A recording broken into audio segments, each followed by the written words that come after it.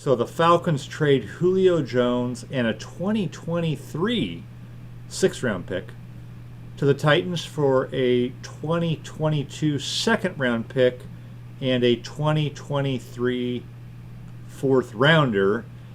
In exchange for all that, the Falcons don't have to pay the 32-year-old Julio Jones $38 million over the next 3 years. The Titans will. What are your kind of initial thoughts on this one, Randy? It caused quite a storm on a Sunday. Yeah, I think it caused a little storm because it, took front and center and had been talked about for so long.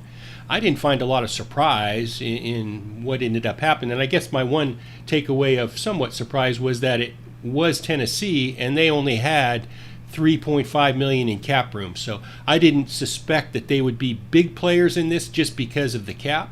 But they obviously have some cap gymnastics up their sleeve now and going to have to make room for a, $15-16 million contract from Julio Jones coming their way. So I guess that surprised me a little bit.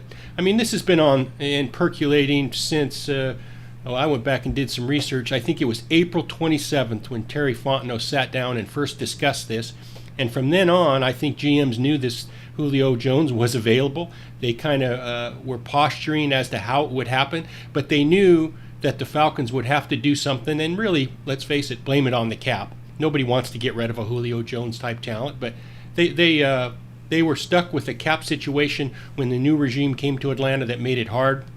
It was going to be hard, especially having to choose between Matt Ryan and Julio Jones. They elected to choose Matt Ryan by redoing his contract, and it put him up against it with Julio Jones. So I think Julio became the odd man out.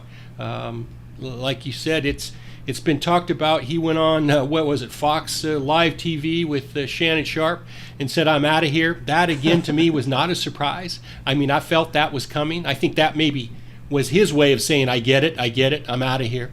But, I don't think that surprised any NFL GMs.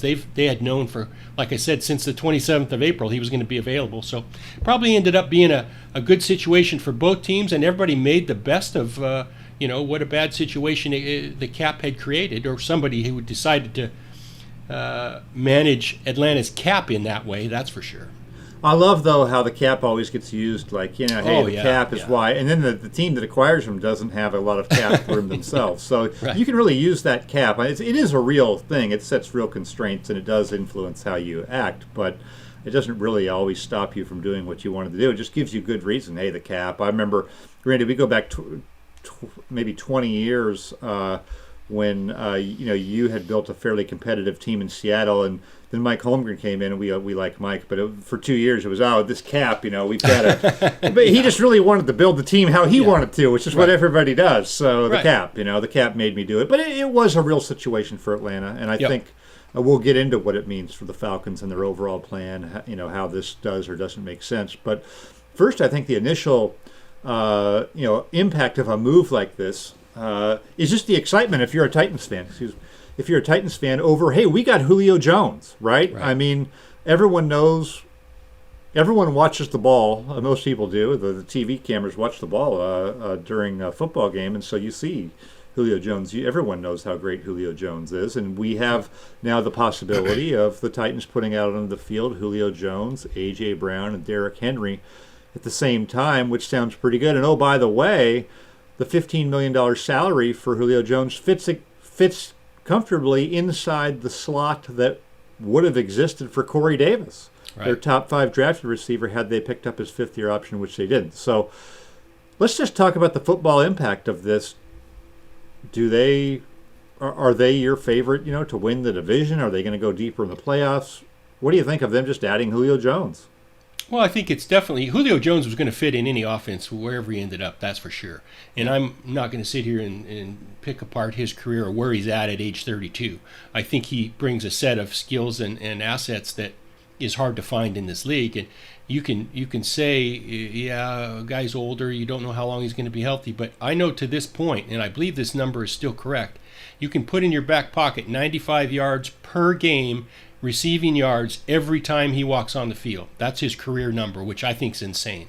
That's a pretty good guarantee, right? I'm taking that 95 every Sunday and rolling Julio Jones out there. So I think probably it's a good move for Tennessee from the standpoint of, they're trying to open things up a little bit there. They're trying to evolve their offense into more of a battering ram with Henry, the running back. This does that. I think one under-the-radar move that they've accompanied this with is Josh Reynolds, the receiver that they signed in the offseason from the Rams. I think he kind of comes without a bunch of fanfare, and really now you add Julio to A.J. Brown, and like you said, a group of guys who I think, no wonder Tannehill was so happy yesterday, right? I mean, I saw the clips on social media. He was celebrating like it was, a birthday party for one of his kids. So I understand that. And I think it's going to be fun to watch. Does this put them at the top? I don't know. I'm not ready to say that. I think Indianapolis is still the team to beat. Maybe that's because I have more faith in Carson Wentz and the turnaround that I think he will have under Frank Reich. So I'm not ready to put Tennessee at the top of the list, but I do think it's a two-team race, and in a division that for me is not one of the better divisions. Let's just face it. I don't think Jacksonville is going to be competing, and I don't think Texans will be in the mix without Deshaun Watson quite yet. So I guess time will tell. I think it's a good move for Tennessee, though, provided they don't mortgage so much cap in the future. And again, I'm kind of waiting for the other shoe to drop because they've got to create some cap room. It's funny, in my little email inbox, I always get these, things from gambling sites and what the odds are, and all that. So this just popped in this morning that Tennessee has dropped from a 40-1 to 25-1 shot for, I guess, the Super Bowl since acquiring Julio Jones. So we'll see what type of impact it has. But it's got people talking, and I think we sometimes underestimate just the role that hope and activity plays for a franchise, right? I mean, now for the next 5 months, hey, it's exciting to see what the Titans are going to do, right? If you're in Nashville or if you're them, you've got some buzz about you after what could have looked like a tough offseason. You lose Arthur Smith, you lose Jonnu Smith, right, the tight end. You had some Corey Davis. Well, you weren't going to pay him. I mean, you still probably would have liked to have had him. They have felt like, to me, a team that was sort of getting worse, and maybe they still are, but I think this changes the narrative for them for the offseason, and teams do that. So, yet at the same time, Randy, they've had some misses. Yeah. I mean, Jadeveon Clowney was a bad signing. Vic Beasley was a bad signing. Do you sense desperation at all in this move? I think there's a little bit of that. I think it's a good point. I think there is a little desperation, and again, it's a bit of a comeback against some of the negative first-round picks that they've had recently, whether it's not picking up fifth-year options or last year's offensive lineman who was a total bust, and that doesn't happen in this day and age. So they've got to recover from that a little bit. I do see some unknowns still. Like you said, they've got a new offensive coordinator. I think that what they found was teams ganging up on them in the box more than anything else, and that's to stop the run. And I think they feel like the addition of Julio will make a little more room in that box for Derrick Henry to run. So I think more than anything, that's probably the crux behind it all. They're going to get more cover two. They're going to get more two high safeties now because they have to respect Julio Jones, provided he's healthy and doing what he's done over the course of his career. So I think it changes the way people defend them a little bit to keep it on the field anyway. That's interesting to me because they've been so run heavy, and obviously Baltimore has too, and so people want them to add receivers, but it's hard to change your stripes, right, and who you are. And I think Tennessee's probably in better position to do that by adding Julio Jones than Baltimore will be. I think those are two just sort of interesting teams that have played each other in the AFC. They're both trying to kind of expand and take another step and get better, and we'll see if this does that for them. And I've been critical of Tennessee too. I may be a little overly so earlier this offseason with their draft and taking chances. Yeah. But they haven't had a losing season since John Robinson's been here. They're the only team in the division that's above 500. 47-33, you'd take that every day.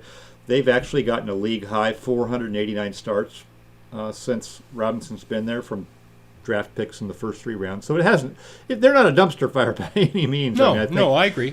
I think this, if I'm them, I'm selling this by saying, this makes us more competitive. I mean, you're always looking for opportunities. Look, we could have exercised the option on Corey Davis, and you guys might not be killing us as much, but we'd rather have Julio Jones, and I get that at age 32. In fact, I was looking.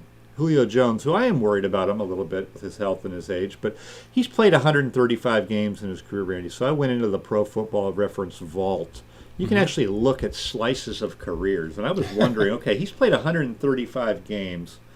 So games 136 to 169 are really the next 34 games, which now is 2 seasons, 17 games, right? See the math I did there.